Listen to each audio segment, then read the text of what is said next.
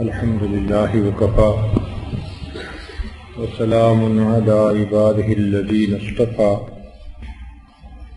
أما بعد أعوذ بالله من الشيطان الرجيم بسم الله الرحمن الرحيم رب هب لي من الصالحين سبحان ربك رب العزة عما يصفون وسلام على المرسلين والحمد لله رب العالمين اللهم صل على سيدنا محمد وعلى آل سيدنا محمد وبارك وسلم اللهم صل على سيدنا محمد وعلى آل سيدنا محمد وبارك وسلم اللهم صل على سيدنا محمد وعلى آل سيدنا محمد وبارك وسلم۔ دین اسلام نے آج کی گفتگو کا موضوع ہے بچوں کی تعلیمی تربیت۔ تو دین اسلام نے علم حاصل کرنے کے لیے جس قدر اہمیت بیان کی یہ اس سے پہلے کہیں نظر نہیں آتی۔ چنانچہ نبی اسلام نے ارشاد فرمایا طلب العلم فریضۃ علی کل مسلم، علم کا طلب کرنا ہر مسلمان کے اوپر فرض ہے، لازم ہے۔ نبی علیہ السلام نے ارشاد فرمایا انما بعثت معلما، کہ میں معلم بن کر دنیا میں مبعوث ہوا ہوں۔ اس لیے ایک حدیث مبارکہ میں ارشاد فرمایا کن عالما، تم عالم بنو، او متعلما، یا پھر طالب علم بنو، او محبا، اور اگر نہیں بن سکتے تو ان سے محبت رکھنے والے ضرور بنو۔ سبحان اللہ، علم دوستی کی انتہا دیکھیے کہ یا تو عالم بنو یا طالب علم بنو، اور اگر نہیں تو ان سے محبت رکھنے والے بنو۔ چنانچہ اسلام سے پہلے علم راہبوں کے پاس، کاہنوں کے پاس، ساحروں کے پاس، پنڈتوں کے پاس ہوتا تھا۔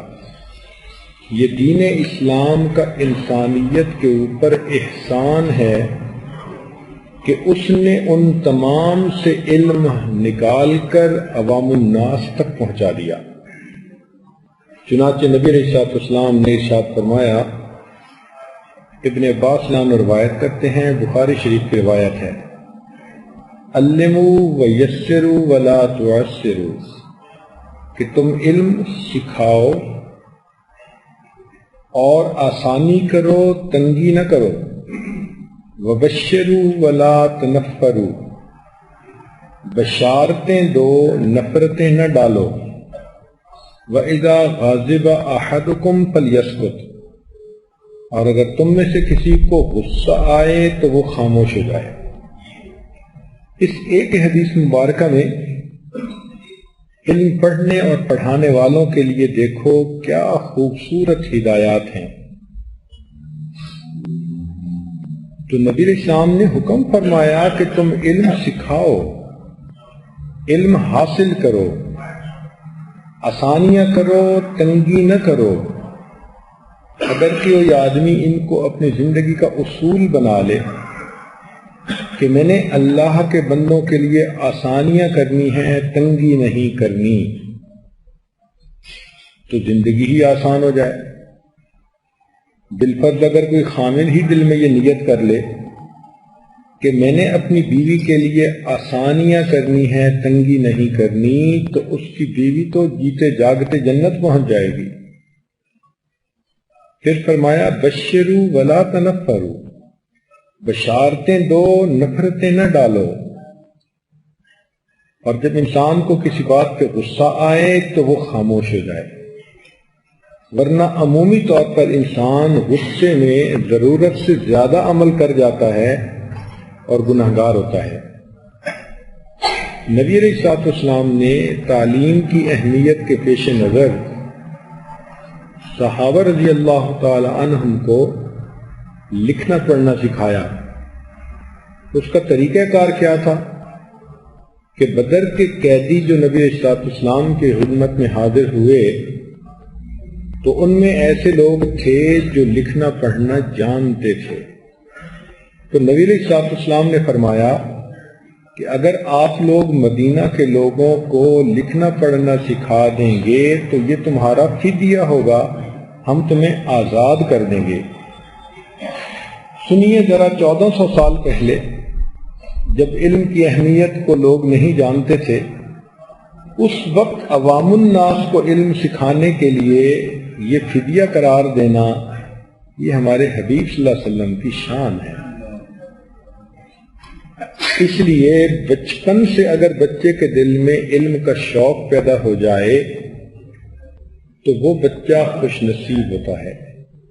نبی علیہ الصلوۃ والسلام نے فرمایا، ابن ماجہ کی روایت ہے کہ جو بچہ بچپن میں علم حاصل کرتا ہے اس کی مثال پتھر پر لکیر کی مانند ہوتی ہے، النقش کالحجر، اور جو بڑی عمر میں سیکھتا ہے اس کی مثال اس شخص کی ہے جو پانی پر لکھتا ہے۔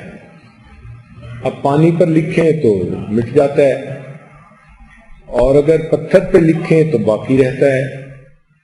تو بچپن کی یادداشت جو کہ بہت تیز ہوتی ہے تو انسان کی پرماننٹ میموری کا حصہ بن جاتا ہے۔ اس لیے جو بچے بچپن کی عمر میں قرآن یاد کر لیتے ہیں، 6 سال 7 سال 8 سال کی عمر میں، ان کا حفظ بہت پکا ہوتا ہے، اور جو جوان العمر ہونے کے بعد پھر یاد کرتے ہیں تو ان کو بہت محنت کرنی پڑتی ہے۔ علامہ سخاوی رحمۃ اللہ علیہ نے ابو ہریرہ رضی اللہ تعالی عنہ سے روایت کی کہ نبی علیہ الصلوۃ والسلام نے ارشاد فرمایا، جوانی میں قرآن سیکھو تو قرآن تمہارے رگ و پے میں داخل ہو جائے گا، اور بڑھاپے میں جا کر تو پھر مشکل ہو جاتی ہے۔ اس لیے لڑکپن کی عمر علم سیکھنے کی بہترین عمر ہوتی ہے۔ ماں باپ کو چاہیے کہ بچے کے اندر علم کی محبت پیدا کریں، حتیٰ کہ کھلونے بھی لے کے دیں تو ایسے کہ جن کھلونوں سے وہ لرن کر سکے۔ تو بچے کے اندر جب علم کا شوق پیدا ہو جائے گا تو وہ علم دوست شخصیت بن جائے گا۔ علم کا دشمن وہی ہوتا ہے جو جاہل اور بے عقل ہوتا ہے۔ عقل مند انسان ہمیشہ علم کا قدردان ہوتا ہے۔ تو اس لیے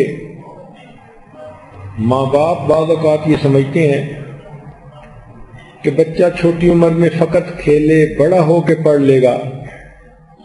پڑھنا تو بڑا ہو کر ہی ہوتا ہے، لیکن پڑھنے کا شوق چھوٹی عمر میں اس میں ڈال دیا جاتا ہے، اور یہ عام طور پر مائیں ہی یہ کام سر انجام دیتی ہیں۔ اس لیے ہمارے ہاں بہت چھوٹی عمر میں بچے کو قرآن مجید پڑھنے کے لیے بھیج دیا جاتا ہے۔ تو بچہ پہلے قاعدہ پڑھتا ہے، پھر قرآن مجید پڑھ لیتا ہے، تو اس کے اندر پڑھنے کی استعداد پیدا ہو جاتی ہے۔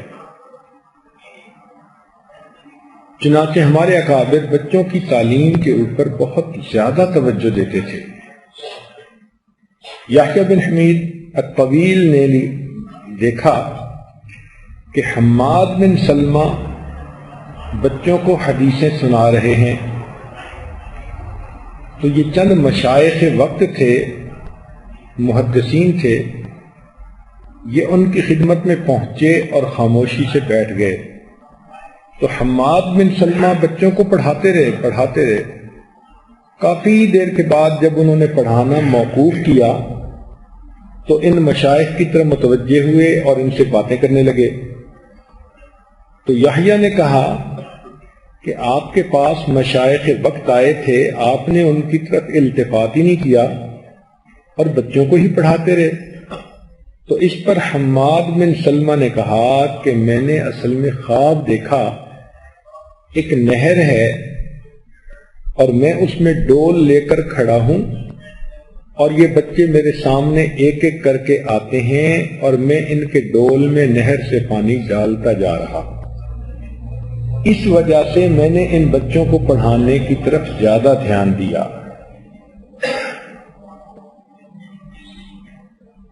حضرت حسن رضی اللہ تعالیٰ عنہ بچوں سے فرمایا کرتے تھے کہ بچوں، تم علم سیکھو، آج تم چھوٹے ہو اور کل تم بڑے بن جاؤ گے۔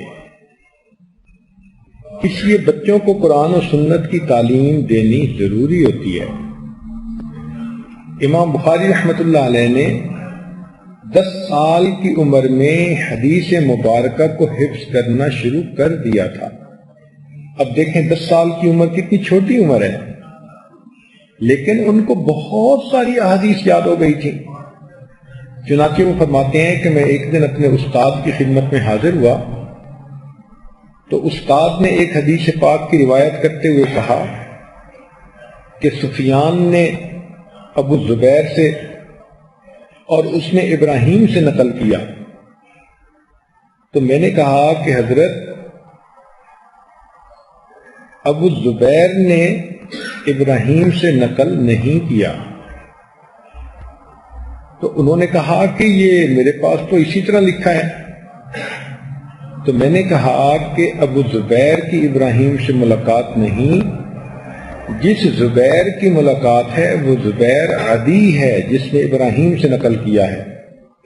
چنانچہ استاد اسی وقت اندر گھر میں چلے گئے اور اصل نسخہ لے کر آئے تو جب انہوں نے دیکھا تو اس میں سفیان نے زبیر عدی سے اور زبیر عدی نے ابراہیم سے نقل کیا تھا۔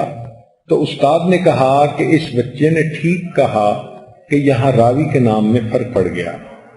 اب دیکھیں کہ 10 سال کا ایک بچہ ہے اور وہ اتنے بڑے محدث کی روایت میں راوی کے نام کا ایک فرق نکال لیتا ہے، اس لیے کہ اس کی قوت حافظہ قوی تھی، اللہ کی خاص نعمت تھی اس کو ملی ہوئی۔ کئی مرتبہ پتہ نہیں چلتا کہ کس بچے کو اللہ نے کیا صلاحیتیں دی ہیں، جب علم پڑھنے لگتا ہے تب کھلتی ہیں۔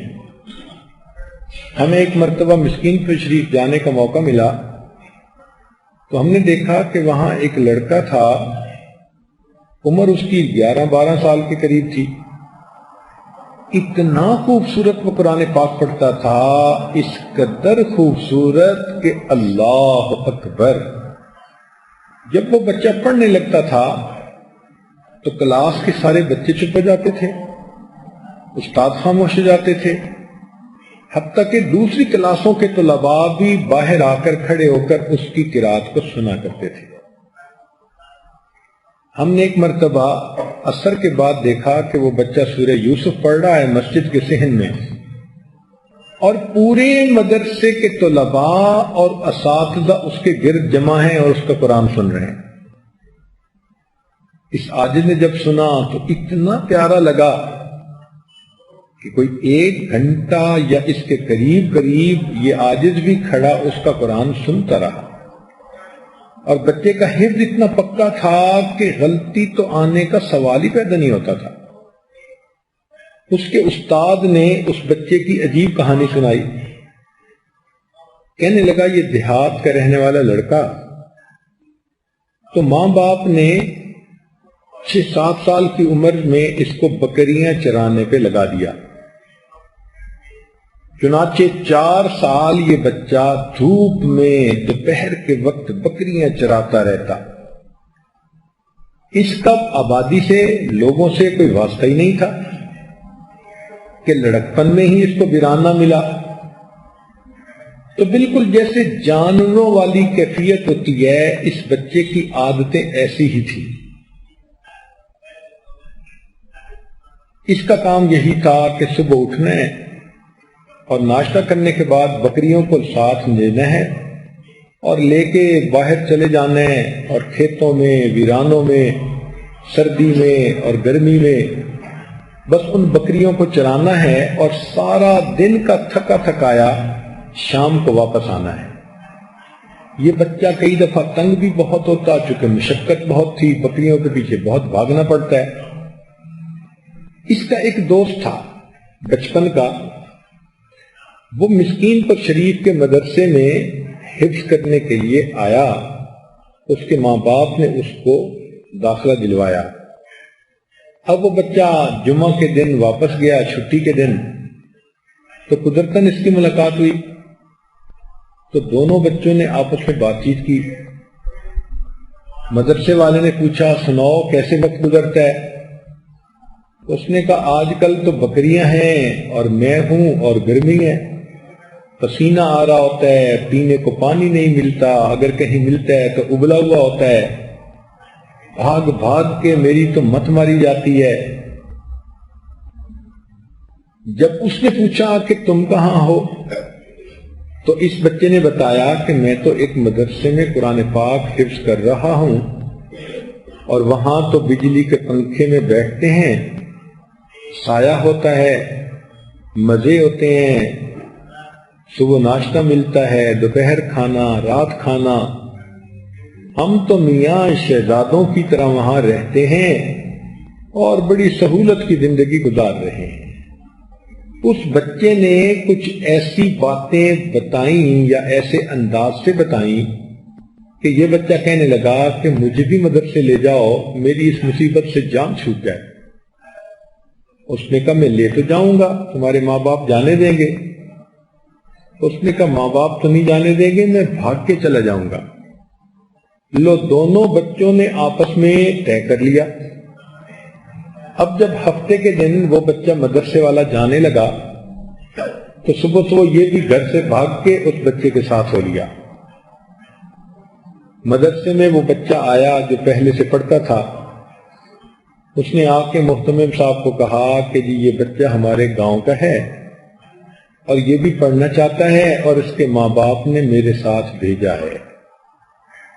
تو محتمم صاحب نے اعتماد کر کے اس کو داخلہ دے دیا۔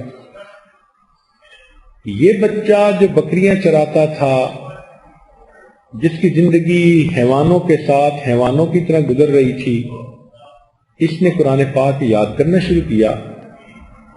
ایسی اس کی طبیعت قرآن مجید میں چلی اور اس نے قرآن پڑھنے میں اتنی مہارت حاصل کر لی کہ جب بھی امتحان ہوتا تھا اس کے ہمیشہ 100 میں سے 105 نمبر ہوتے تھے۔ ممتحن 100 میں سے 100 نمبر تو اس کو دیتے تھے اور 5 نمبر اس کی بہترین پرفارمنس کے دیتے تھے۔ اور پھر یہ بچہ قرآن پڑھتا تھا تو لوگ رشک کرتے تھے۔ چنانچہ ہم نے اس بچے کو دیکھا، ظاہری شکل میں بالکل نہ شکل تھی نہ عقل نظر آتی تھی، لیکن اللہ نے اس کے اندر کیا صلاحیتیں دی تھیں، وہ اتنا اچھا قاری بنا اور قرآن کے پڑھنے والا بنا کہ اس کا قرآن سنتے تھے تو وہ قرآن لوگوں کا دل مول لیا کرتا تھا۔ تو ہمیں نہیں پتا کہ کس بچے کے اندر علم کی کتنی استعداد ہے، صلاحیت ہے۔ یہ تو مائیں باپ جب اس کو علم کی طرف متوجہ کرتے ہیں تو تب اس کی کیفیتیں کھلتی ہیں۔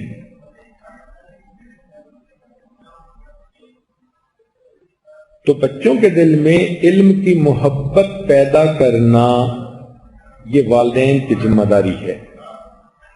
یہ نقطہ نوٹ کر لیجئے کہ بچوں کی تعلیمی تربیت میں پہلا کام بچوں میں علم کی محبت پیدا کرنا، اور پھر دوسرا کام متقی استاد کا تلاش کرنا۔ چنانچہ ہمارے اکابر جب بچے کی تعلیم دلوانی ہوتی تو کوئی نیک اور متقی استاد ڈھونڈتے تھے۔ امام محمد رحمت اللہ علیہ ایک نواب کے بیٹے تھے، بہت خوبصورت تھے اور بہت ذہین تھے۔ ان کے والد نے سوچا کہ میں اس کو دین کا عالم بناتا ہوں۔ چنانچہ ابھی نابالغ بچے تھے تو ان کے والد ان کو امام اعظم ابو حنیفہ رحمۃ اللہ علیہ کے پاس لائے کہ حضرت میرے اس بچے کو شاگردی کے لیے قبول کر لیجئے۔ امام ابو حنیفہ رحمۃ اللہ علیہ کی نظر پڑی تو دیکھا کہ ابھی چھوٹا بچہ بے ریش ہے اور بہت خوبصورت ہے اور بہت ہی قیمتی لباس پہنا ہوا ہے، تو ایک نظر میں آپ نے اس کی شخصیت کو پہچان تو لیا، اس لیے قبول کر لیا، مگر اس کے والد کو کہا کہ دو باتیں ہیں، ایک تو جب اس کو آپ پڑھنے کے لیے بھیجیں تو معمولی لباس پہنا کر بھیجیں، قیمتی اور بہت ہی خوبصورت لباس وہ مت پہنائیں کہ طالب علم کو اس کی کیا ضرورت ہے، اور دوسری بات کہ میں اس کو اپنے سامنے نہیں بٹھاؤں گا، اپنے پیٹھ پیچھے بٹھاؤں گا۔ تو والد نے دونوں باتیں مان لی۔ چنانچہ امام محمد رحمۃ اللہ علیہ پڑھنے کے لیے جاتے تو امام اعظم ابو حنیفہ رحمۃ اللہ علیہ ان کو اپنی پیٹھ پیچھے بٹھاتے۔ کیوں؟ یہ ان کا تقویٰ تھا کہ مرد کی نظر غیر محرم عورت پر تو کیا پڑنی، بے ریش بچے کے چہرے پر بھی نہ پڑے۔ اب مرد کے دیکھنے سے بھی شریعت نے منع کیا ہے، تو بچے کو سامنے نہیں بٹھایا، پیٹھ پیچھے بٹھایا۔ چنانچہ امام محمد پیٹھ پیچھے بیٹھتے، سبق لیتے، سناتے، چلے جاتے۔ کئی سال گزر گئے۔ ایک دن امام محمد رحمۃ اللہ علیہ کسی بات پوچھنے کے لیے آئے تو امام ابو حنیفہ رحمۃ اللہ علیہ دیوار کی طرف منہ کر کے بیٹھے تھے اور دھوپ ایسی تھی کہ بندے کا سایہ دیوار پہ پڑتا تھا۔ تو امام محمد رحمۃ اللہ علیہ کا سایہ دیوار پر پڑا تو امام اعظم رحمۃ اللہ علیہ نے دیکھا کہ اس کی تو داڑھی بڑی بڑی ہے، اس کا سایہ نظر آ رہا ہے۔ اب انہوں نے پلٹ کر دیکھا، کہتے ہیں کہ امام ابو حنیفہ کی پہلی نظر اس وقت پڑی جب باپ لے کر آیا، اور دوسری نظر اس وقت پڑی جب اللہ نے ان کو اتنی بڑی سنت کے مطابق داڑھی عطا فرما دی۔ درمیان میں نظر ہی اس کے چہرے پہ نہیں پڑی۔ ایسے متقی استاد، سبحان اللہ۔ پھر استاد کی صلاحیتیں شاگرد کے اندر منعکس ہوتی ہیں۔ چنانچہ جب امام محمد رحمۃ اللہ علیہ پڑھنے لگے تو امام ابو حنیفہ رحمۃ اللہ نے ایک وقت میں ان سے پوچھا کہ تم قرآن کی فلاں آیت پڑھو، ان کا میں حافظ نہیں۔ تو فرمایا کہ تمہیں پتہ نہیں کہ میرا شاگرد بننے کے لیے حافظ ہونا ضروری ہے، یہ پری ریکویزٹ ہے، آپ جائیں اور حفظ کر کے آئیں۔ تو امام محمد رحمۃ اللہ علیہ چلے گئے اور اللہ کی شان کے ایک ہفتے بعد امام ابو حنیفہ رحمۃ اللہ کے پاس پھر آئے۔ تو امام صاحب سمجھے کہ شاید ملنے کے لیے آئے ہیں، تو پوچھا کہ محمد کیسے آنا ہوا؟ حضرت آپ نے جو حکم دیا تھا میں نے ایک ہفتے کے اندر پورے قرآن مجید کو یاد کر لیا۔ چنانچہ کتابوں میں، کئی کتابوں میں لکھا ہے کہ امام محمد رحمۃ اللہ علیہ اتنے ذہین تھے کہ ایک ہفتے میں قرآن مجید کو یاد کر لیا تھا۔ استاد کا متقی ہونا انتہائی ضروری ہے۔ ایک نکتے کی بات یاد رکھیں کہ استاد اگر مسلمان ہے تو بچے کو بائبل پڑھا کر بھی مسلمان بنا دے گا، اور استاد اگر کافر ہے تو بچے کو قرآن پڑھا کر بھی کافر بنا دے گا۔ یہ استاد کے ہاتھ میں ہوتا ہے۔ چنانچہ کئی جگہوں پر دیکھا کہ کافر استاد ایمان والے بچوں کا ایمان ہی خراب کر دیتے ہیں۔ ہم ایک مرتبہ امریکہ میں تھے تو وہاں ایک MBBS ڈاکٹر تھے، ان کا بیٹا وہ بھی ڈاکٹر بننے کے لیے میڈیکل کالج میں چلا گیا، لیکن اتنا کنفیوزڈ بچہ کہ اس کے باتوں کی ماں باپ کو سمجھ نہیں آتی تھی۔ تو ماں باپ اس کو عمرے کے ارادے سے لے کر مکہ مکرمہ آئے۔ حیرانی کی بات ہے کہ وہ بچہ امریکہ سے چلا ماں باپ کے ساتھ اور مکہ مکرمہ پہنچا اور حرم شریف کے دروازے پر آ کر کھڑا ہو گیا اور ماں باپ کو کہنے لگا کہ آپ لوگ عمرہ کرنا ہے تو کر لیں، مجھے نہیں کرنا۔ ماں رو رہی ہے، باپ رو رہا ہے، سمجھا رہے ہیں، اس نے کہا نہیں کرنا۔ وہ لڑکا حرم کے دروازے سے لوٹ کر واپس امریکہ آ گیا۔ ماں باپ کو اتنا صدمہ کہ وہ بتا نہیں سکتے تھے۔ چنانچہ جب اس عاجز کی ملاقات ہوئی تو انہوں نے کہا کہ ہمارے بچے کا تو یہ حال ہے۔ تو اس عاجز نے اس بچے سے ہم کلامی کی تو بچہ بہت جلدی کھل گیا۔ تو باٹم لائن یہ نکلی، اس بچے نے کہا کہ میرا ایک استاد یہودی تھا، میڈیکل کا ٹیچر تھا، ایک مرتبہ اس کے ساتھ میں 10 منٹ کے لیے بیٹھا، اس نے دین اسلام سے مجھے اتنا کنفیوز کیا کہ میرے دل میں خدا کے وجود کے بارے میں بھی ڈاؤٹ آ گیا، یعنی اس نے اس کو دہریہ بنا دیا۔ اب بتائیں کہ 15 منٹ کی گفتگو میں مسلمان ماں باپ کے بچے کو ایک استاد نے دہریہ بنا دیا۔ یہ تو اللہ کی شان کہ پھر اس کے ڈاؤٹس کلیئر کر کے ہم نے اس بچے کو کلمہ پڑھایا اور وہ پھر اگلے سال ماں باپ کے ساتھ دوبارہ عمرے کے لیے آیا۔ تو استاد کے اوپر بہت انحصار ہوتا ہے۔ بچہ ماں باپ کی بات کو غلط سمجھ لیتا ہے، استاد کی بات کو غلط نہیں سمجھتا۔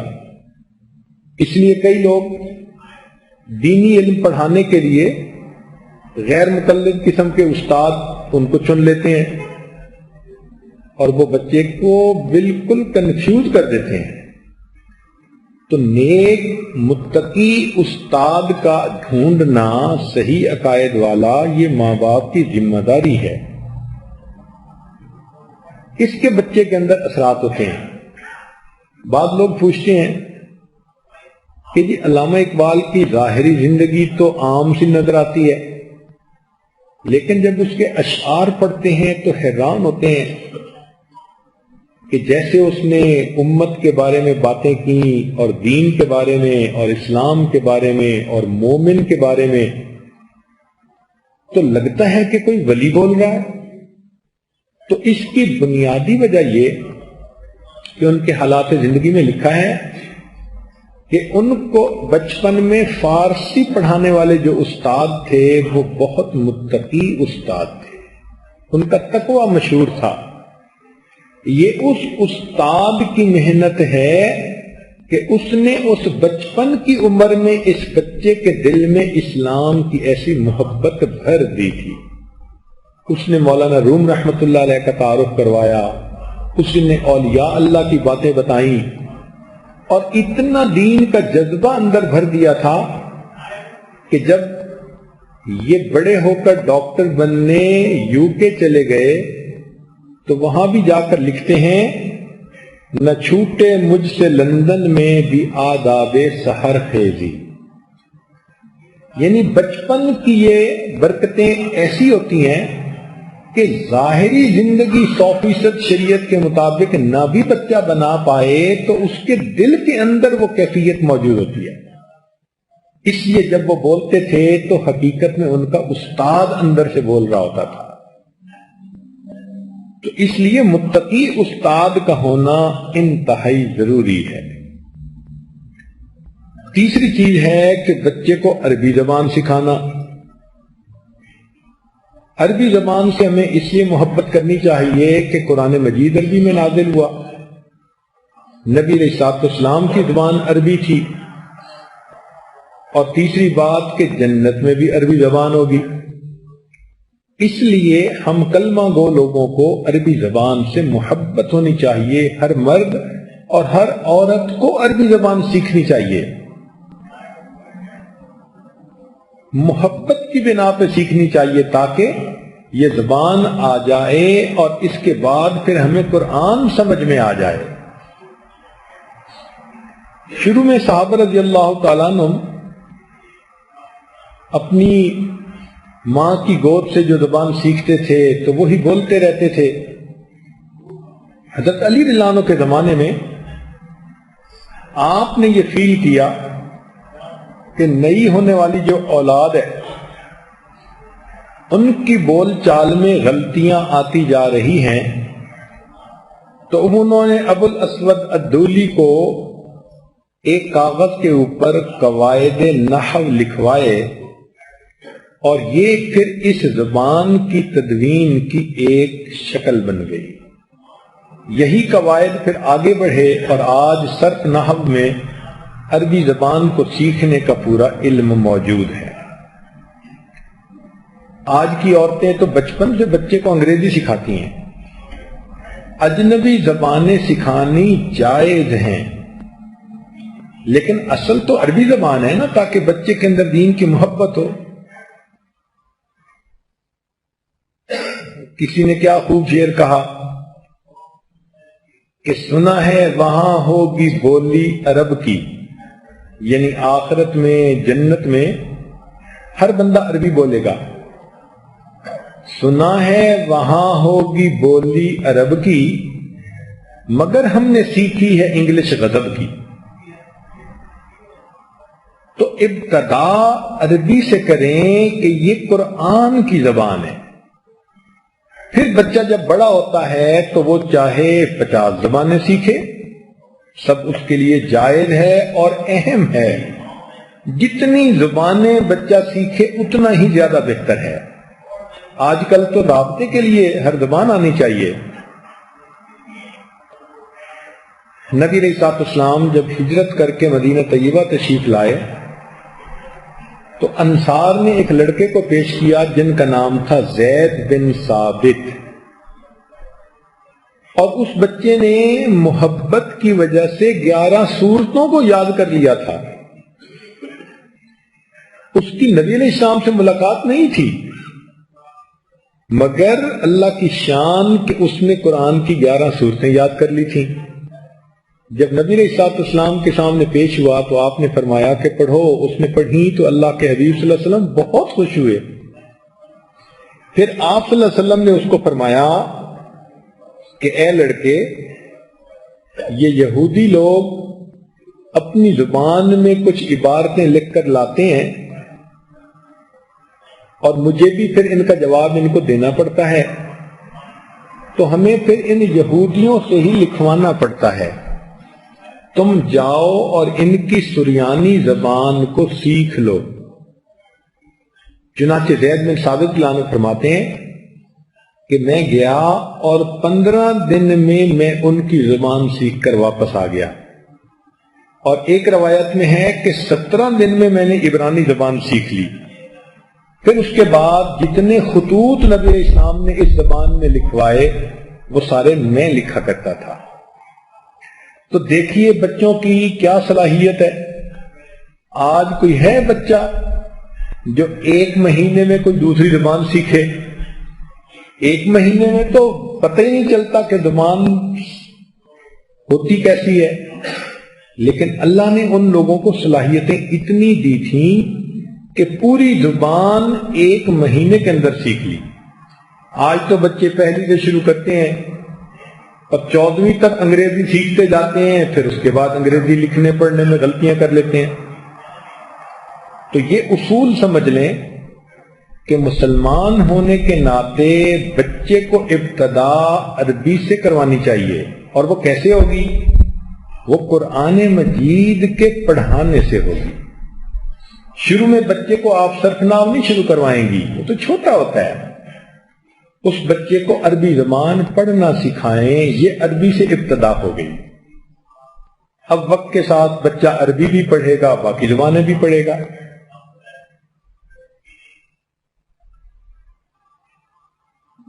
پھر اس بچے کے سامنے علماء کے واقعات کو وقتاً فوقتاً بیان کرتے رہنا یہ بہت فائدے کا ذریعہ ہوتا ہے. کہ ہمارے بزرگوں نے چھوٹی عمر میں کیسے علم حاصل کیا.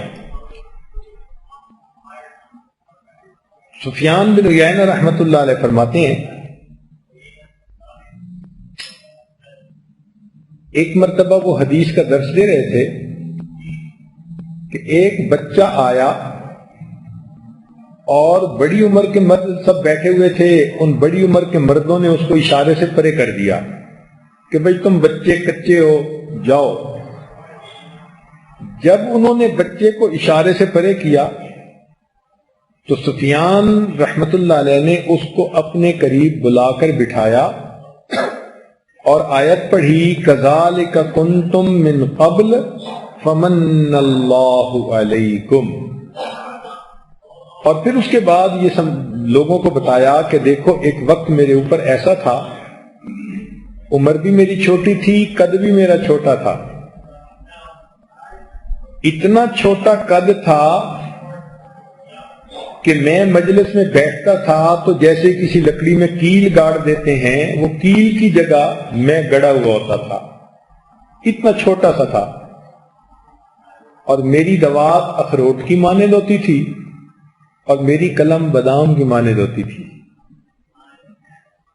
لیکن میں علم حاصل جب کر گیا تو چھوٹے قد کے باوجود میرا یہ حال تھا کہ جب میں محدثین کی مجلس میں جاتا تو وہ کہتے تھے کہ شیخ صغیر کے لیے جگہ خالی کر دو،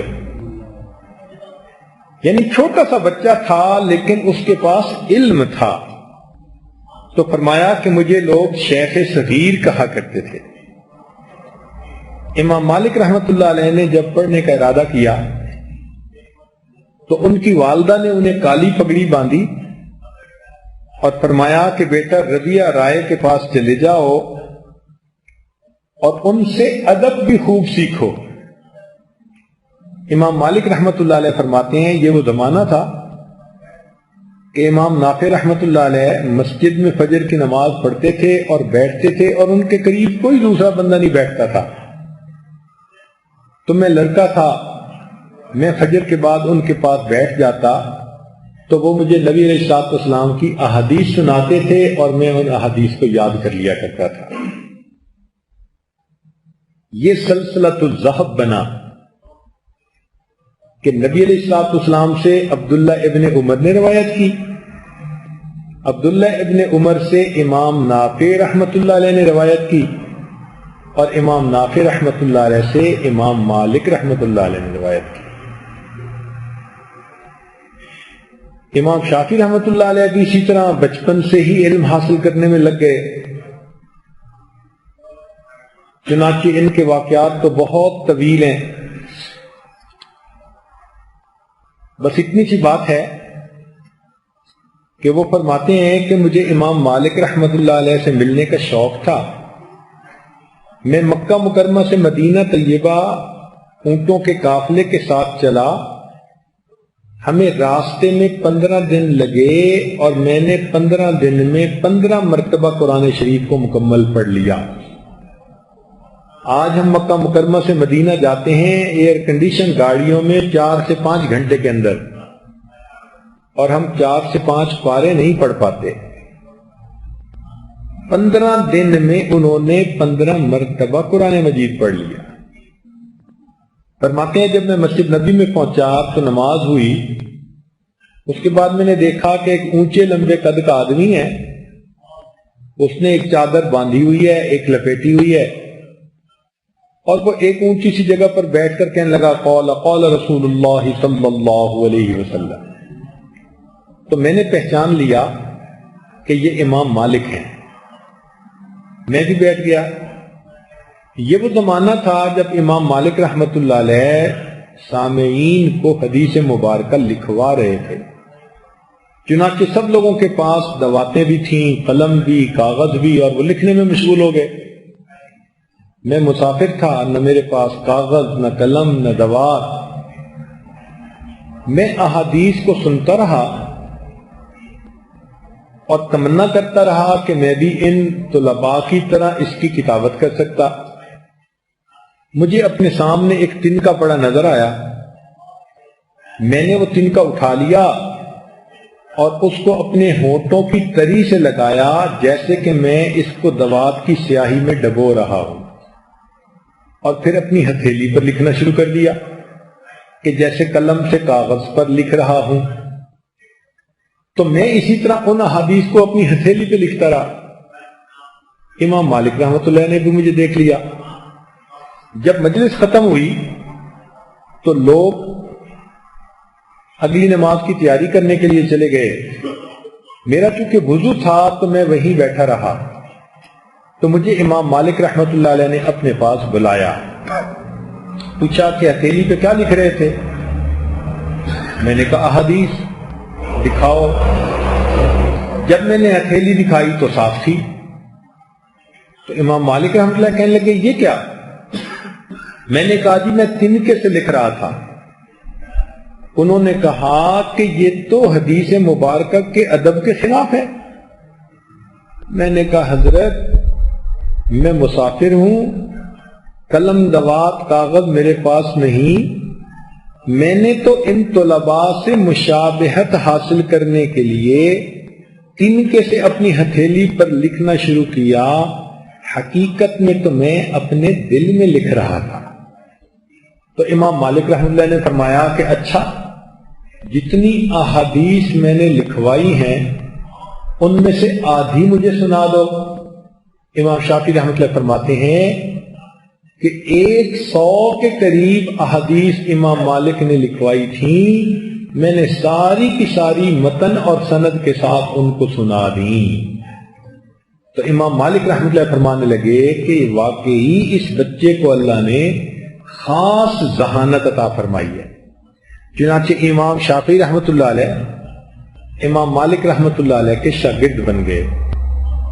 ایسے ہونہار شاگرد تھے کہ امام مالک بھی حیران ہو جاتے تھے۔ چنانچہ ایک مرتبہ ایک آدمی آیا اور کہنے لگا جی کہ میں نے بلبل بیچنی تھی اور خریدنے والے کو قسم کھا کے میں نے کہہ دیا کہ یہ بلبل سارا دن بولتی رہتی ہے، اور بعد میں مجھے خیال آیا کہ بھائی سارا دن تو نہیں بولتی، چپی ہوتی ہے، اور میں نے قسم اٹھائی تو میں حانس تو نہیں بنا؟ تو امام مالک رحمۃ اللہ نے فرمایا ہاں تم حانس بن گئے۔ جب امام مالک رحمۃ اللہ نے فتویٰ دیا تو امام شافعی رحمۃ اللہ علیہ بچے تھے، ان کے ایک شاگرد سے کہنے لگے کہ بھائی استاد کے اس فتوے کے اندر مجھے کچھ کلام کی گنجائش نظر آتی ہے۔ اس نے امام مالک رحمۃ اللہ علیہ کو بتلا دیا۔ امام صاحب نے پوچھا کہ کیا؟ سیدھی سیدھی بات ہے۔ اس نے کہا کہ یہ بلبل سارا دن بولتی رہتی ہے، وہ سارا دن تو نہیں بولتی، تو وہ حانس بن گیا، قسم کھائی تھی اس نے۔ تو امام شافعی رحمۃ اللہ نے کہا کہ حضرت آپ سے ہی ہم نے یہ حدیث مبارکہ سنی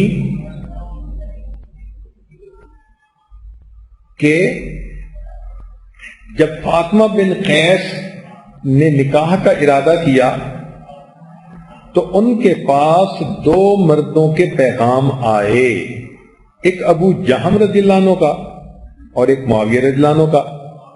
تو وہ مشورے کے لیے نبی اسلام کی خدمت میں حاضر ہوئی کہ اے اللہ کے نبی صلی اللہ علیہ وسلم میرے 2 پرپوزل آئے ہیں، ایک ابو جہم کی طرف سے، ایک معاویہ رضی اللہ عنہ کی طرف سے۔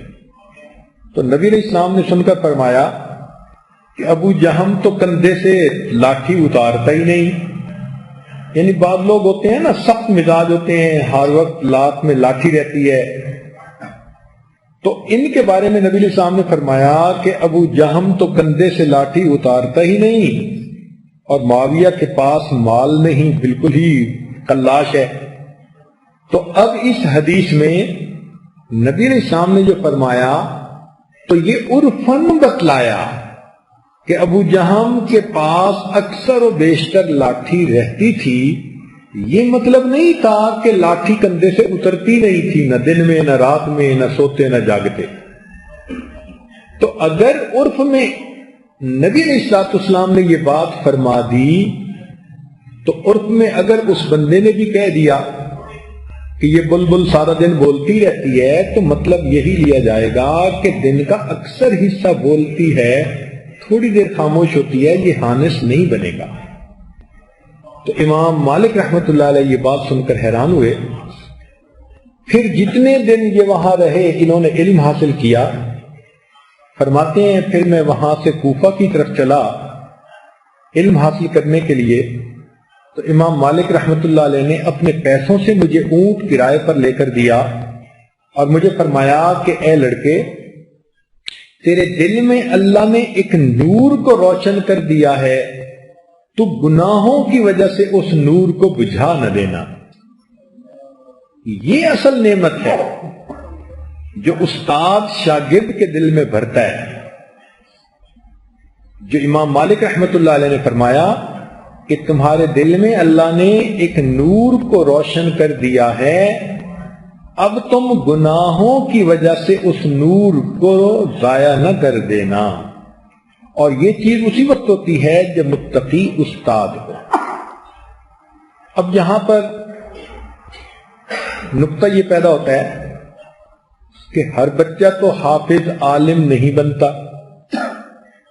اکثر و بیشتر تو بچے سکولوں میں کالجوں میں جا کر پڑھتے ہیں عصری تعلیم. تو بھائی علم کا اگر شوق ہو تو بچے جیسے دین میں آگے بڑھتے ہیں عصری تعلیم میں بھی آگے بڑھ جاتے ہیں. اصل تو اندر علم کا شوق ہے.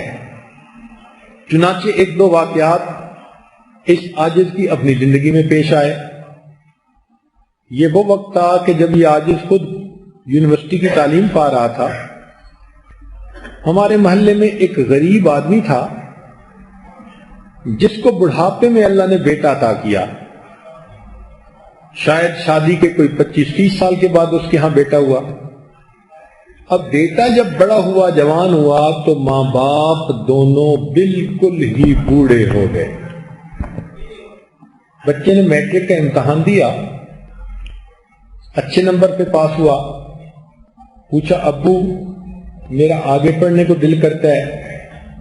باپ نے کہا بیٹا میں بیمار ہوں، مزدوری کر نہیں سکتا، ماں بھی تیری بوڑھی ہے اور ہمارا کوئی سہارا نہیں، تو بہتر یہ ہے کہ تم پڑھنے کا شوق نہ رکھو، گھر کی بیٹھک کے اندر ایک چھوٹی سی کریانے کی دکان بنا لو. بچے نے دیکھا کہ واقعی بات تو ٹھیک ہے، تو اس نے گھر کے بیٹھک کے اندر کریانے کی دکان بنا لی.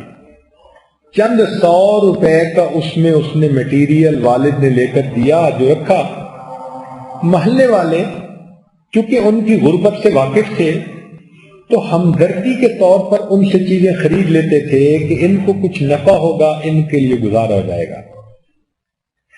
اب بچہ سارا دن دکان پر بیٹھتا، اللہ کی شان کام اس کا چلنے لگ گیا، حتیٰ کہ کچھ پیسے اس کے پاس جمع ہو گئے.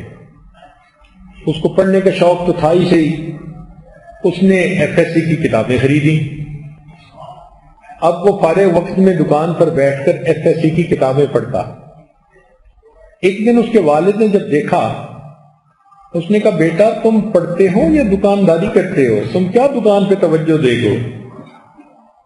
لو جی، اب وہ دوسروں کے سامنے پڑھ بھی نہیں سکتا تھا، لہذا جب وہ شام کو دکان بند کرتا تو پھر باپ سے کہتا جی کہ میں نے دوستوں کے پاس کھیلنے جانا ہے، سارا دن بیٹھ بیٹھ کے تھک گیا ہوں. والد اجازت دے دیتا اور یہ بچہ کالج کے دوستوں کے پاس جا کر ان کے پاس بیٹھ کر پڑھنے لگتا. ان سے پوچھتا کہ پروفیسر نے کیا پڑھایا، تم نے کیا سیکھا، خود پڑھ لیتا. لو جی، اس بچے نے اپنے ماں باپ کی نظروں سے اوجھل ہو کر FSC کی پوری تیاری کر لی. اب امتحان دینے کا وقت تھا. اس نے رابطہ کیا ہم سے کہ میں نے پرائیویٹ تیاری کی ہے تو کالج والے تو میرا داخلہ نہیں بھیجیں گے. تو ہم لوگوں نے اپنے بڑے بھائی اور کچھ اور پروفیسر حضرات کی وساطت سے پرنسپل صاحب کو یہ گزارش کی کہ اس بچے نے پرائیویٹ تیاری کی ہے، آپ اس کا امتحان لے لیں، ٹیسٹ لے لیں. اگر آپ کو محسوس ہو کہ یہ بچہ پاس ہونے والا ہے تو اس کا داخلہ بھجوا دیں، اور اگر نہیں تو پھر نہ کر دیں. پرنسپل صاحب بھی اچھے آدمی تھے، انہوں نے 1-2 پروفیسر حضرات کے ذمہ لگایا. انہوں نے رپورٹ دی کہ جی بچے تعلیمی طور پر بہت ہونہار ہے. لو جی، اس کا داخلہ بھیج دیا گیا. اب جب امتحان کے دن آئے تو بچے نے اپنے والد سے کہا کہ ابو 1 ہفتہ مجھے ذرا خریداری کرنی پڑے گی کچھ چیزوں کی، تو آپ میری مدد کرنا دکانداری میں، تاکہ میں چیزوں کی خریداری اچھی اور کم قیمت پہ کر لوں۔ باپ نے کہا بہت اچھا۔ چنانچہ وہ صبح اپنے گھر سے نکلتا اور اس نے کچھ چیزوں کی لسٹ بنائی ہوئی ہوتی، وہ شہر میں ایک دکاندار کو دے دیتا جو تھوک کا دکاندار تھا، اور اسے کہتا کہ بھئی یہ چیزیں نکال رکھنا، میں آتا ہوں، اور سیدھا وہاں سے کالج جاتا اور وہاں جا کے وہ پیپر دیتا، پیپر دینے کے بعد واپس آتا اور چیزیں لے کر گھر آ جاتا، تو والد سمجھتے کہ میرا بیٹا سارا شہر گھوم گھوم کے چیزوں کو ڈھونڈ کے لایا ہے۔ ایک ہفتہ بچے نے گزار لیا اور پیپر بھی سارے دے دیے۔ اب اللہ کی شان دیکھیں کہ جب رزلٹ آیا تو اخبار میں اس لڑکے کی فوٹو چھپی، محلے داروں نے اس کے والد کو مبارکباد دی کہ جی آپ کے بیٹے نے تو پورے بورڈ میں پوزیشن لے لی۔ وہ کہیں میرا بیٹا تو دکاندار ہے، وہ کہیں دیکھو اخبار میں اس کی تصویر ہے۔ اس بچے نے پرائیویٹ طور پر اتنی محنت کی کہ ایف ایس سی کے اندر پورے بورڈ کے اندر اس نے پوزیشن حاصل کر لی۔ اب جب محلے والوں کو پتا چلا تو پھر انہوں نے اس بچے کے لیے کوشش کی، تو ہم نے ایک انڈسٹریل فرم تھی جو اسکالرشپ دیتی تھی، ان کو کہہ کے اس کا اسکالرشپ بھی لگوا دیا، اور ایک گورنمنٹ سے بھی اس کا اسکالرشپ جاری ہو گیا۔ تو اس کے والد کو سمجھایا کہ دیکھیں آپ کو تو مہینے کا خرچہ چاہیے نا، آپ کو گھر بیٹھے بٹھائے اسکالرشپ کے پیسے ملتے رہیں گے، آپ اپنی زندگی گزاریں، بچے کو کیوں دکان پہ باندھتے ہیں؟ یہ پڑھنے کا شوق رکھتا ہے تو اس کو انجینئرنگ یونیورسٹی میں داخلہ مل رہا ہے، اس کو داخلہ ہونے دیں۔ والد نے اجازت دے دی، ایک اسکالرشپ سے وہ بچہ اپنے خرچے پورے کرتا اور دوسرے اسکالرشپ سے وہ والدین کے گزارے کی خدمت کرتا۔ 4 سال اس نے یونیورسٹی میں پڑھا، حتیٰ کہ وہ الیکٹریکل انجینئر بنا۔ پھر اللہ رب العزت نے اس کو ایس ڈی او کی پوزیشن دے دی۔ ایک وہ وقت بھی آیا جب اسی شہر کے اندر وہ ایکسین بنا اور اس کے پاس کار بھی تھی اور کوٹھی بھی تھی، اور وہ اپنے ماں باپ کو لے کر اس کوٹھی میں منتقل ہوا، اور اس کے بعد شہر کے معزز لوگوں میں اس بچے کا شمار ہوتا تھا۔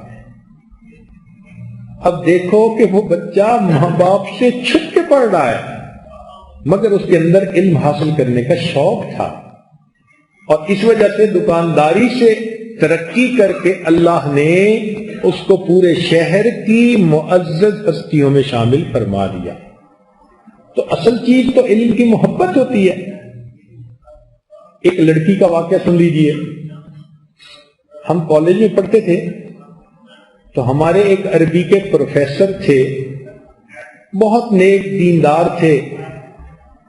ان کی بیٹی میٹرک تک تو لڑکیوں کے سکول میں پڑھی، میٹرک کے بعد سائنس کی جو ہے وہ تعلیم کے لیے کو ایجوکیشن تھی، لڑکے اور لڑکیوں کو اکٹھا پڑھنا پڑتا تھا۔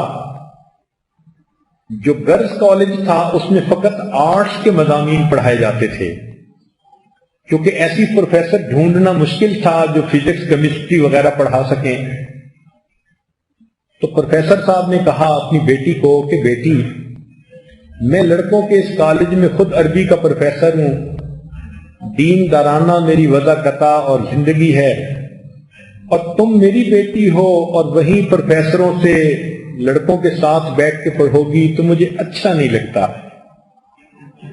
تو بیٹی نے جب دیکھا کہ والد کے دل میں یہ بات ہے تو اس نے کہا ابو ٹھیک ہے، میں کالج میں داخلہ نہیں لیتی۔ وہ لڑکی گھر بیٹھ گئی۔ ایک دن اپنے ابو سے کہنے لگی کہ ابو، میں سارا دن فارغ ہوتی ہوں، مجھے آپ ایف ایس سی کی میڈیکل کی کتابیں لے کر دے دیں، میں گھر بیٹھے پڑھتی رہوں گی، میرا وقت گزر جائے گا۔ لو جی، ہمارے پروفیسر صاحب نے اپنی بیٹی کو میڈیکل کی کتابیں لے کر دے دیں، پری میڈیکل کی، اور وہ بچی گھر پڑھتی، کئی جگہوں پر وہ اٹک بھی جاتی۔ اس نے ریکویسٹ کی کہ ابو کسی پروفیسر کے پاس ٹیوشن رکھ دیں۔ باپ نے کہا کہ بیٹی میں نہیں چاہتا کہ تم لڑکی ہو کسی مرد سے پڑھو، جوان العمر ہو۔ تو وہ کہتی کہ اچھا ابو یہ مجھے بات سمجھ نہیں آئی، تو آپ کالج تو جاتے ہی ہیں، تو باٹنی اور زولوجی کے فلاں پروفیسر سے اس کے بارے میں پوچھ کے آئیں۔ اب مزے کی بات سنیے کہ باٹنی کا کوشچن اور عربی کے پروفیسر پوچھنے کے لیے پروفیسر کے پاس جاتے، اور وہ پروفیسر عربی کے پروفیسر کو باٹنی کے سوال سمجھاتا۔ اب وہ عربی کے پروفیسر بیچارے کیا باٹنی سمجھتے ہوں گے، لیکن وہ بچی اتنی ذہین تھی کہ جب عربی کے پروفیسر گھر آ کے اسے دو چار لفظ سناتے اور نوٹ دکھاتے تو وہ بچی نوٹ سے اس بات کو سمجھ لیا کرتی تھی۔ اس طرح سے اس بچی نے گھر میں پڑھا اور بالآخر اس کا کالج سے داخلہ چلا گیا، اور جب اس نے امتحان دیا تو اس نے پورے کالج میں ٹاپ کیا، حتیٰ کہ پھر فاطمہ جناح میڈیکل کالج ایک ایسا کالج ہے جو میڈیکل کی تعلیم فقط لڑکیوں کو دیتے ہیں، وہ بچی پھر وہاں داخل ہوئی، آج وہ بچی لیڈی ڈاکٹر بنی ہوئی ہے۔ حیران ہوتے ہیں کہ اس بچی کے دل میں شوق تھا، اس نے گھر بیٹھ کر میڈیکل کی تعلیم حاصل کر کے داخلہ لے لیا، اور آج وہ میڈیکل ڈاکٹر بن کے زندگی گزار رہی۔ تو عصری تعلیم ہو یا دینی تعلیم ہو، اصل چیز علم کا شوق ہے۔ یہ شوق بھرنا ماں باپ کی ذمہ داری، اور اس کے لیے اچھے استاد کا ہونا معاون بنا کرتا ہے۔ لہذا ماں باپ کو چاہیے کہ اپنے بچے کے لیے اچھے استاد کو ڈھونڈیں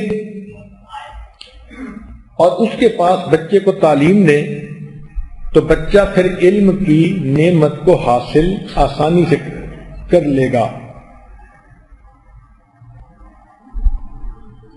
امام ابو یوسف رحمۃ اللہ علیہ ایک غریب باپ کے بیٹے تھے۔ بات بڑی مزے کی ہے، توجہ سے سننے والی ہے۔ ایک غریب باپ کے بیٹے تھے، بچپن میں والد کی وفات ہو گئی، تو والدہ نے کہا کہ بیٹا تم کوئی ہنر سیکھ لو، میں بیوہ عورت ہوں، مجھے گھر سے نکلنا نہ پڑے اور گھر میں مجھے کچھ کھانے کو مل جائے۔ تو والدہ نے ان کو ایک دھوبی کے پاس بھیجا کہ وہاں جا کے کپڑے دھونا سیکھ لو۔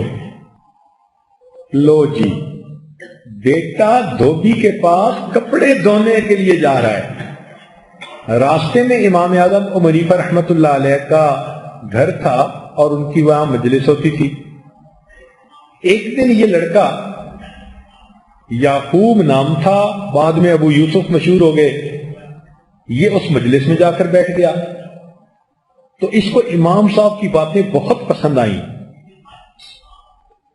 امام صاحب بھی بہت زیادہ فراست رکھنے والے تھے، انہوں نے بھی لڑکے کو دیکھ کر فوراً پہچان لیا کہ اللہ نے اس کو بڑی صلاحیتیں دی ہیں۔ انہوں نے پوچھا کہ بھئی کیا تعارف ہے؟ کہ جی والد فوت ہو گیا، اکیلی والدہ ہیں، اس نے مجھے دھوبی کے پاس بھیجا کہ کپڑے دھونے کا فن سیکھو۔ امام صاحب نے کہا کہ تم سارا مہینہ میرے پاس آیا کرو، اور جتنے پیسے دھوبی تمہیں دے گا اس سے زیادہ پیسے میں تمہیں دے دیا کروں گا، تو تم جا کے اپنی والدہ کو دے دینا، مقصد تو پورا ہو جائے گا۔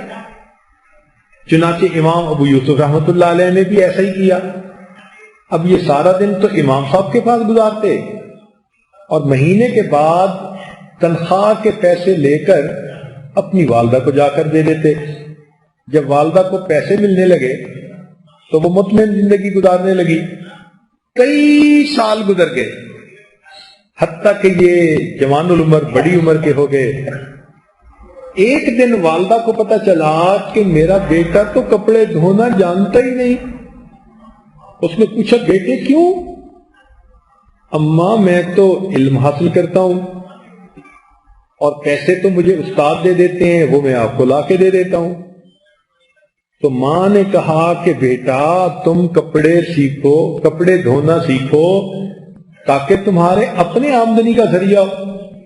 چنانچہ امام ابو یوسف رحمۃ اللہ کی والدہ ان کو ساتھ لے کے امام اعظم رحمۃ اللہ علیہ کے پاس آئیں اور ان سے کہا کہ میرے بیٹے کو آپ نے پڑھنے پڑھانے پہ لگا دیا، بہتر تھا کہ یہ کپڑے دھونے کا فن سیکھتا۔ تو امام صاحب یہ سن کر مسکرائے اور فرمایا کہ دیکھو تمہیں خرچہ تو مل ہی رہا ہے، میں اس بچے کو ایسا فن سکھا رہا ہوں کہ جب یہ سیکھ جائے گا تو یہ پستے کا بنا ہوا حلوہ کھایا کرے گا۔ اب امام صاحب کی اس بات کو اس بوڑھی عورت نے سمجھا کہ شاید مذاق کر رہے ہیں، وہ چپ ہو گئی، مگر خرچہ مل رہا تھا، اس نے زیادہ مشکل پیدا نہیں کی۔ تو امام ابو یوسف رحمۃ اللہ علیہ امام اعظم کے ہونہار شاگرد بنے، حتیٰ کہ امام بن گئے۔ اور ایک وہ وقت بھی آیا جب وقت کے بادشاہ کو ملک کے چیف جسٹس کی ضرورت تھی، تو اس نے امام ابو حنیفہ رحمۃ اللہ سے مشورہ کیا، تو آپ نے امام ابو یوسف کو اس کے لیے تجویز کیا۔ چنانچہ امام ابو یوسف رحمۃ اللہ علیہ اپنے وقت کے چیف جسٹس بن گئے، پورے ملک کے چیف جسٹس۔ ہارون رشید ایک مرتبہ بیٹھا تھا تو کسی نے امام ابو یوسف کو کھانے کے لیے کوئی چیز لا کر دی۔ امام صاحب نے پوچھا کیا؟ تو ہارون رشید نے کہا کہ جو بندہ بھی چیف جسٹس بنتا ہے، کیونکہ اس کو دماغی کام کرنا ہوتا ہے، لہذا اس کو حکومت کے خزانے کی طرف سے کھانے کے لیے یہ چیز دی جاتی ہے، اور یہ ہم بادشاہوں کو بھی کبھی کبھی ملتی ہے۔ امام صاحب نے پوچھا کیا؟ کہنے لگا پستے کا بنا ہوا حلوہ۔ امام ابو یوسف رحمۃ اللہ فرماتے ہیں اس وقت مجھے بات یاد آئی، کلندر ہر چے گویت دیدہ گویت، کہ امام ابو حنیفہ رحمۃ اللہ علیہ کی فراست نے بچپن میں یہ پہچان لیا تھا کہ اس علم کی وجہ سے اللہ مجھے کن عظمتوں سے نوازے گا۔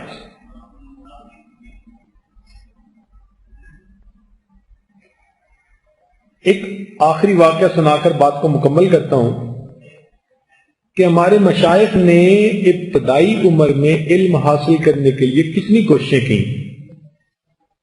اندلس شہر میں ایک نوجوان ہے، 20 سال اس کی عمر ہے۔ اب 20 سال کتنی چھوٹی عمر ہوتی ہے، بچہ تو ابھی پوری طرح میچور بھی نہیں ہوا ہوتا۔ اس کے دل میں علم حاصل کرنے کا شوق ہے۔ اس نے اپنے شہر کے تمام علماء سے علم سیکھ لیا۔ پھر اس نے سنا کہ بغداد کے اندر امام احمد بن حنبل رحمت اللہ علیہ کوئی محدث اور فقیہ ہیں اور بڑے علم والے ہیں۔ اس 20 سال کے لڑکے نے نیت کر لی کہ میں ان کے پاس جاؤں گا اور علم حاصل کروں گا۔ اب آپ ماں ہیں اگر تو سوچیں کہ آپ کے 20 سال کا بیٹا بغیر اسباب کے اگر کسی دوسرے ملک جانا چاہے تو اس پر کیا گزرتی ہے۔ یہ اپنے گھر سے رخصت ہوئے، کہتے ہیں کہ میرے پاس بس تھوڑا سا خرچہ تھا اور میں ایک بڑے کشتی یعنی جہاز نما کشتی پر بیٹھ گیا، سمندر کا سفر تھا۔ اللہ کی شان کہ کشتی سمندر میں راستہ بھول گئی اور ہمیں جتنے دنوں میں پہنچنا چاہیے تھا اس سے دگنے دن لگ گئے۔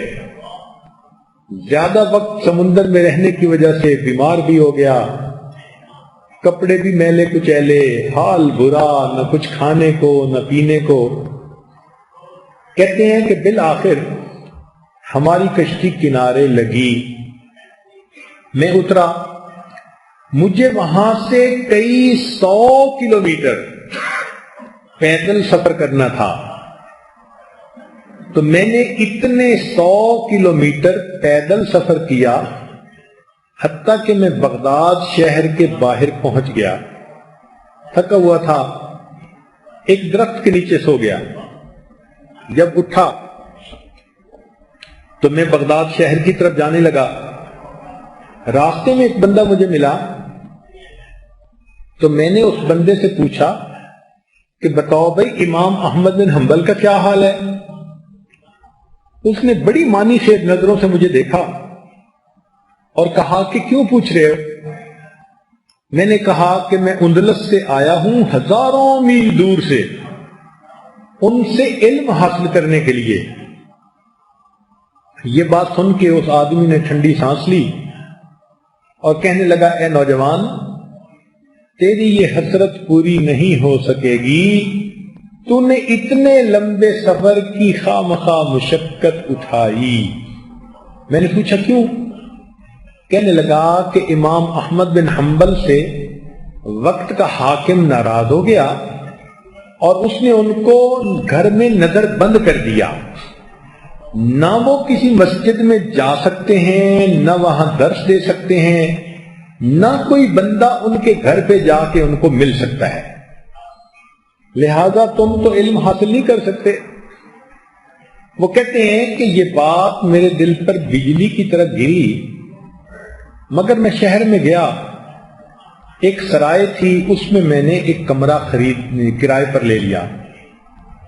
ساری رات سوچتا رہا کہ اتنی مشقتوں کے بعد جب میں یہاں پہنچا تو امام صاحب سے ملاقات ہی ممکن نہیں. خیر آرام کر کے جب اٹھا تو میں نے لوگوں سے پوچھا کہ شہر میں کہیں کوئی درس حدیث ہوتا ہے؟ تو لوگوں نے کہا ہاں، جامع مسجد میں یحییٰ بن معین رحمت اللہ علیہ درس حدیث دیتے ہیں. وہ کہتے ہیں کہ میں عصر کی نماز کے بعد وہاں چلا گیا. انہوں نے تھوڑی دیر حدیث مبارکہ درس دیا. چونکہ وہ جرح اور تعدیل کے امام تھے، یعنی راوی جو ہوتے ہیں نا حدیث کے، ان کو پرکھنے کے امام تھے. بڑا علم دیا تھا اللہ نے ان کو اسماء اور رجال کا. تو انہوں نے سوالوں کے جواب دینے شروع کر دیے. میں اٹھا اور میں نے پوچھا کہ فلاں محدث کے بارے میں کیا کہتے ہیں؟ انہوں نے کہا وہ چادر والے، وہ تو اتنے اچھے ہیں کہ اگر ان کی چادر کے نیچے تکبر بھی آ جائے تو ان کی ثقافت میں کوئی فرق نہیں پڑتا. میں مطمئن ہو گیا. اب میں نے دوسرا سوال پوچھنا چاہا تو جو بندہ قریب بیٹھا تھا اس نے کپڑا پکڑ کے کھینچا. اس نے کہا بھائی یہاں کا دستور یہ ہے کہ ہر بندہ ایک سوال پوچھتا ہے، ایک ہی بندہ سارے سوال پوچھے تو باقی کیا کریں گے؟ آپ نے سوال پوچھ لیا، اب بیٹھ جاؤ. تو کہنے لگے کہ میں نے رونی صورت بنا کے منت سماجت شروع کر دی اور کہا کہ میں مسافر ہوں، میرا حال آپ لوگ دیکھتے ہیں، اتنا لمبا سفر کر کے آیا ہوں اور مجھے مجلس کے آداب کا پتہ نہیں تھا، ورنہ تو میں وہی سوال پوچھتا جو میں نے پوچھنا تھا. مجھے اجازت دے دیں. جب میں نے منت سماجت کی تو لوگوں نے کہا اچھا پوچھو. تو کہنے لگے میں نے یحییٰ بن معین رحمت اللہ علیہ سے پوچھا کہ آپ امام احمد بن حنبل کے بارے میں کیا کہتے ہیں؟ کہنے لگے میری یہ بات سن کر یحییٰ بن معین رحمت اللہ نے سر جھکا لیا. تھوڑی دیر خاموش رہے، پھر سر اٹھا کر کہنے لگے کہ امام احمد بن حنبل تو امام المسلمین ہیں. جب میں نے ان کی زبان سے یہ لفظ سنا تو میرے دل میں شوق بڑھ گیا کہ میں امام احمد بن حنبل سے ضرور حدیث پڑھوں گا، لیکن پڑھوں گا کیسے، اس کی کوئی صورت نہیں بنتی تھی. کہنے لگے کہ میں گھر واپس آیا تو راستے میں نے ایک بندے سے کہا کہ مجھے امام احمد بن حنبل کا گھر بتا دو. اس نے کہا پولیس پکڑ لے گی. میں نے کہا کہ چلتے چلتے آنکھ کے اشارے سے بتا دینا، میں سمجھ جاؤں گا، ہم چلتے رہیں گے. اس نے مجھے امام احمد بن حنبل رحمت اللہ علیہ کے گھر کی نشاندہی کر دی. فرماتے ہیں میں اپنے کمرے میں واپس آیا، ساری رات سوچتا رہا کہ امام احمد بن حنبل سے میں علم کیسے حاصل کروں. کہتے ہیں کہ رات میں نے ایک پلاننگ بنائی. چنانچہ اگلے دن جب میں صبح اٹھا تو سر پہ بھی پٹی باندھی ہوئی تھی اور ایک گھٹنے پہ بھی پٹی باندھی ہوئی تھی اور ایک لکڑی میں نے ہاتھ میں لے لی اور ایک کشکول بھی پکڑ لیا، جیسے کوئی معذور بندہ سوالی ہوتا ہے، فقیر ہوتا ہے، مانگنے والا، اور باہر نکل کے میں نے کشکول پھیلا دیا اور کہنا شروع کر دیا اجرکم اللہ۔ اس زمانے میں جس فقیر نے سوال کرنا ہوتا تھا تو وہ کوئی اور لفظ نہیں کہتا تھا، اتنا کہتا تھا اجرکم اللہ، تمہارا اجر اللہ کے ذمے، اور لوگ اس کے کشکول میں کچھ ڈال دیتے تھے۔ کہتے ہیں میری شکل بھی ایسی بنی ہوئی تھی، کمزوری تھی، کپڑے بھی پھٹے پرانے سے تھے، اور میں نے پٹی بھی باندھ لی تھی دکھانے کی خاطر۔ لوگوں میں سے کوئی میرے کشکول میں کوئی کرنسی ڈال دیتا، اور میں سارا دن شہر کے اندر بھیک مانگتا پھرا۔ جب عصر کے قریب وقت ہوا، جب ذرا آمدرفت لوگوں کی کم ہوتی ہے، تو اس وقت میں امام احمد بن حنبل رحمۃ اللہ کے دروازے پہ گیا اور میں نے پورے زور سے کہا اجرکم اللہ۔ امام صاحب نے دروازہ کھولا اور ان کے ہاتھ میں کوئی سکہ تھا جو وہ دینا چاہتے تھے۔ میں نے ان کو دیکھتے ہی کہا امام صاحب میں پیسے کا سائل نہیں، میں حدیث کا سائل ہوں، میں نبی علیہ السلام کی سنتوں کو جمع کرنے والا ہوں، اور میں آپ سے علم حاصل کرنے کے لیے اس طرح سے پہنچا ہوں، کوئی اور صورت مجھے نظر نہیں آتی تھی۔ امام صاحب نے کہا لوگ دیکھیں گے تو تمہیں بھی سزا ملے گی، مجھے بھی مشکل بنے گی۔ میں نے کہا حضرت میں اسی طرح بھکاری کی شکل میں آپ کے دروازے پہ روز آؤں گا اور صدا لگاؤں گا، آپ دروازہ کھول دیا کرنا، اگر کوئی بندہ دیکھنے والا ہو تو سکہ ڈال دینا، نہ دیکھنے والا ہو تو ایک دو حدیثیں سنا دینا، میں سن کے یاد کر لیا کروں گا۔ لو امام صاحب تیار ہو گئے۔ کہتے ہیں کہ پورا سال میں شہر کے اندر بھیک مانگتا رہا، لوگ مجھے بھکاری سمجھتے تھے، میں لوگوں کی طرح طرح کی نظریں برداشت کرتا تھا، مگر شام کو میں اپنے استاد کے دروازے پر پہنچتا اور جب اجرکم اللہ کہتا تو امام صاحب دروازہ کھولتے، لوگ ہوتے تو سکہ ڈال دیتے، نہ ہوتے تو مجھے کچھ حدیثیں سنا دیتے، میں ان کو زبانی یاد کر لیتا۔ ایک دفعہ سننے کے بعد ایک سال میں نے کئی 100 حدیثیں ان سے یاد کر لی۔ اللہ کی شان کہ اس دوران حاکم فوت ہو گیا۔ نیا حاکم جو تھا اس کو امام احمد بن حنبل رحمۃ اللہ علیہ سے بڑی عقیدت تھی، اس نے حضرت کی نظر بندی بھی ختم کر دی اور مسجد میں ان کا درس حدیث بھی شروع کروا دیا۔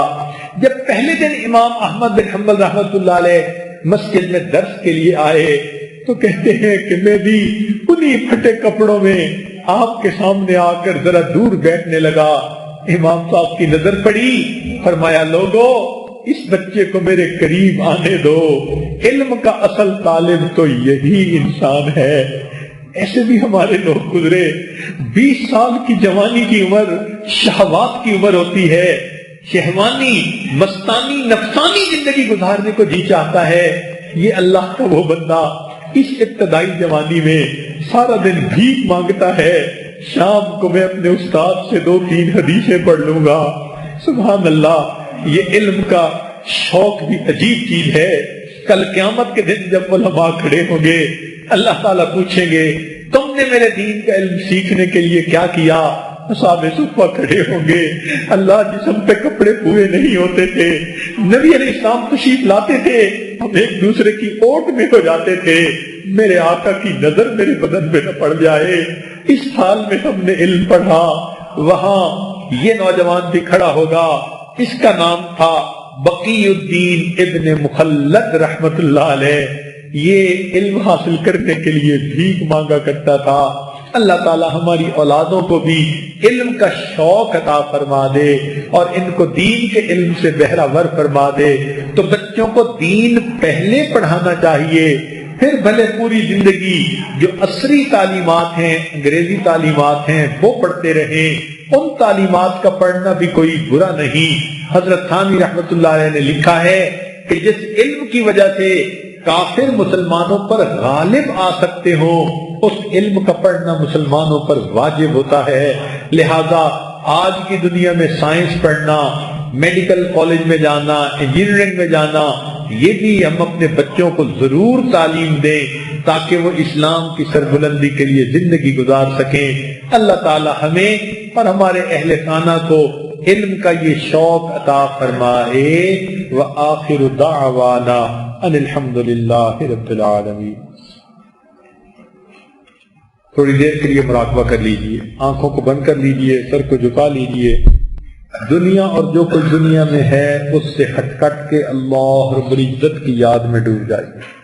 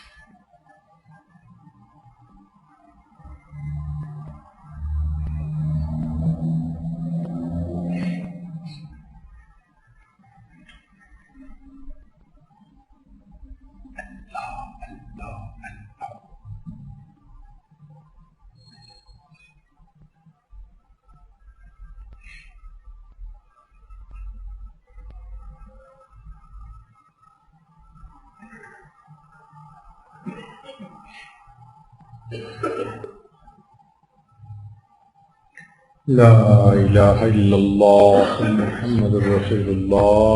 دعا کر لیجئے۔ سبحان ربی العلی الوہاب، اللہم صلی علی سیدنا محمد وعلی آل سیدنا محمد وبارک وسلم۔ ربنا ظلمنا انفسنا وان لم تغفر لنا وترحمنا لنکونن من الخاسرین۔ اے مالک، ہم آپ کے عاجز مسکین بندے ہیں، ہمارے گناہوں کو معاف فرما، خطاؤں سے درگزر فرما، عیبوں کی پردہ پوشی فرما۔ اللہ علم کے نور سے ہمارے سینوں کو روشن فرما کہ ہم کے دن ہمیں طلباء کی قطار میں کھڑا فرما۔ اے کریم آقا، رحمتوں کا معاملہ فرما۔ اے رب کریم، اولاد کے غموں سے محفوظ فرما، اولاد کے دکھوں سے محفوظ فرما۔ رمضان مبارک کے یہ آخری ایام ہیں، اے کریم آقا ہماری مغفرت فرما۔ اے اللہ، بابرکت راتیں ختم ہونے کو آ رہی ہیں، مہربانی فرما دیجیے، آپ کے در کے سائل ہیں، منگتے ہیں، میرے مولا مہربانی کر دیجیے۔ جھولیاں پھیلائے بیٹھے ہیں، نیک مرادوں کو پورا کر دیجیے۔ بے اولادوں کو اللہ نیک اولاد عطا فرما، جو صاحب اولاد ان کی اولادوں کو نیکوکار بنا، فرما بردار بنا، ماں باپ کی آنکھوں کی ٹھنڈک بنا۔ جن گھروں میں جوان بچے بچیاں موجود ہیں ان بچوں کے مستقبل کو روشن فرما، ماں باپ کے لیے فرض ادا کرنے آسان فرما۔ اے کریم، ہماری ان دعاؤں کو اپنی رحمت سے قبول فرما۔ ربنا ظلمنا انفسنا وان لم تغفر لنا وترحمنا لنكونن من الخاسرین۔ صلی اللہ تعالی علی حبیبہ سیدنا محمد وآلہ واصحابہ اجمعین برحمتک یا ارحم الراحمین۔